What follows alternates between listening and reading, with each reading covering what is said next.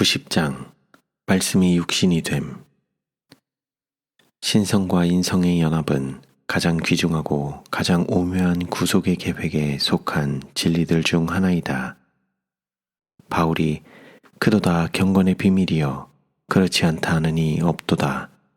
그는 육신으로 나타난 바 되시고 라고 말한 것은 이것에 관한 것이다.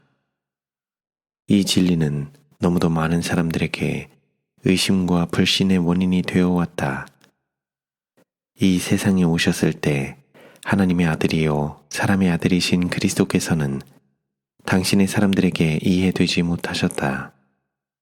그리스도께서는 자신을 낮추시고 친히 인성을 취하셔서 타락한 인류와 접촉하고 그들을 건져낼 수 있게 되셨다.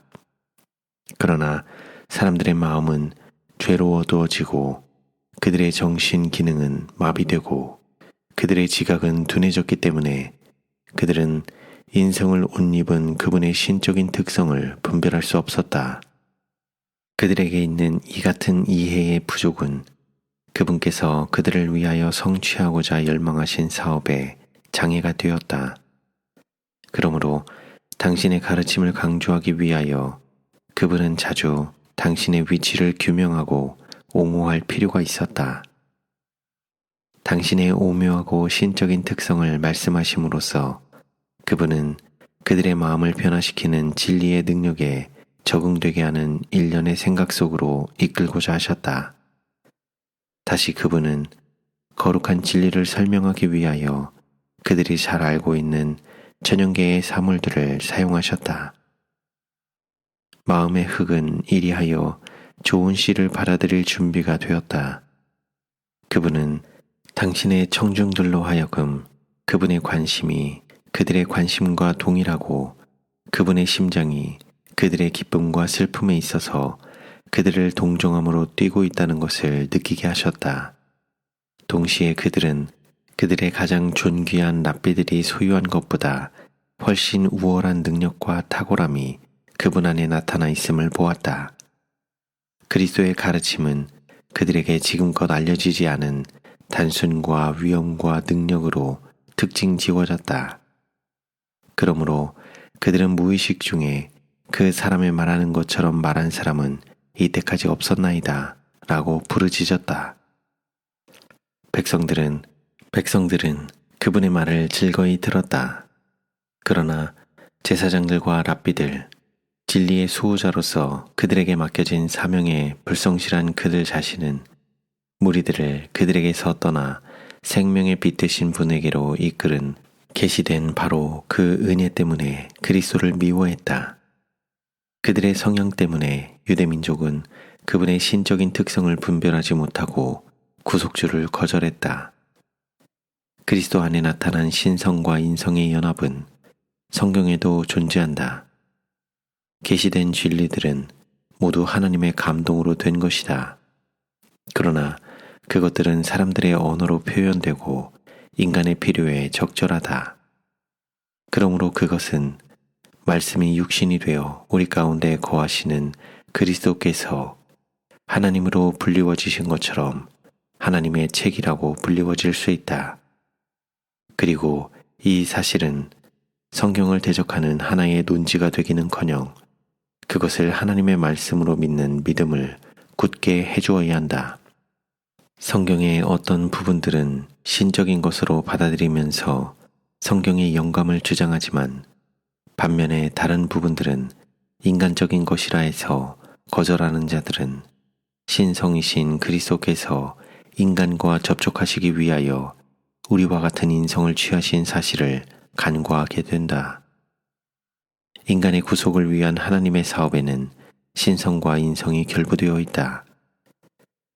회의론적 비평가들이 비영감이라고 주장해온 많은 성경절들이 있지만 인간의 필요에 가장 적절하다는 점에 있어서 그것들은 하나님을 신뢰하는 자녀들에게 보내는 그분 자신의 기별이다. 이것에 대한 하나님의 아름다운 예증이 사도 베드로의 역사에 나타난다. 베드로는 투옥되어 이튿날 죽임을 당할 것으로 예정되어 있었다. 밤에 그가 두 군사 틈에서 두 쇠사슬에 매어 누워 자는데 파수꾼들이 문 밖에서 옥을 지키더니 호련히 주의 사자가 곁에 섬에 옥중에 광채가 밝게 빛나서 비쳤으며 또 베드로의 옆구리를 쳐 깨워 가로되 급히 일어나라 하니 쇠사슬이 그 손에서 벗어지더라. 갑자기 잠을 깬 베드로는 그의 감방에 충만한 밝은 빛과 하늘 사자의 성스러운 아름다움에 놀랐다. 그는 그 장면을 이해하지는 못했지만 그가 자유롭게 되었다는 것은 알았다. 당황함과 기쁨으로 그는 차가운 밤 공기로부터 보호받음 없이 감옥에서 나갔을 것이다. 모든 상황을 주시하고 있던 하나님의 천사는 그 사도의 필요에 대한 적절한 관심을 나타냈다. 띠를 띠고 신을 들매라. 베드로는 기계적으로 순종했다. 그는 하늘의 영광의 계시에 너무 황홀해졌기 때문에 자기의 겉옷을 입을 생각을 못했다. 그러자 천사는 그에게 명령했다. 겉옷을 입고 따라오라 한데 베드로가 나와서 따라갈새 천사의 하는 것이 참인 줄 알지 못하고 환상을 보는가 하니라. 이에 첫째와 둘째 파수를 지나 성으로 통한 쇠문에 이르니 문이 절로 열리는지라. 나와 한 거리를 지나매 천사가 곧 떠나더라. 사도는 그가 예루살렘의 거리에 홀로 있는 것을 깨달았다.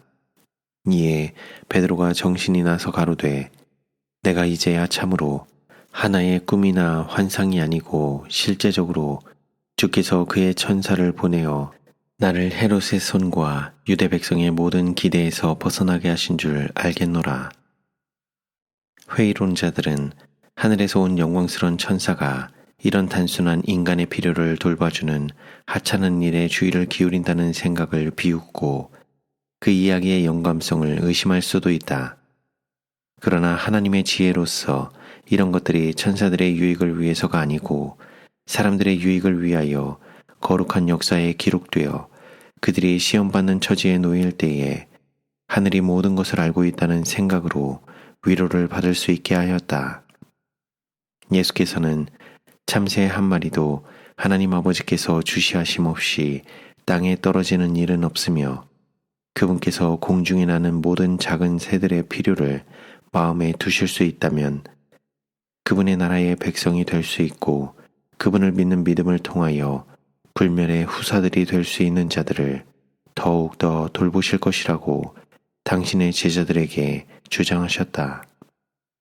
아, 만일 인간의 마음이 예수님께서 친히 인성을 쓰심으로 나타내신 그분의 사업과 이 놀라운 겸비를 통하여 우리를 위하여 이루시게 된 일을 유한한 마음으로 구속의 계획을 이해할 수 있을 만큼 깨달을 수만 있다면 사람들의 마음은 하나님의 위대한 사랑에 대한 감사의 마음으로 녹아지게 될 것이며 겸비한 중에 그들은 은혜의 신비를 고안해내신 하나님의 지혜를 찬양하게 될 것이다.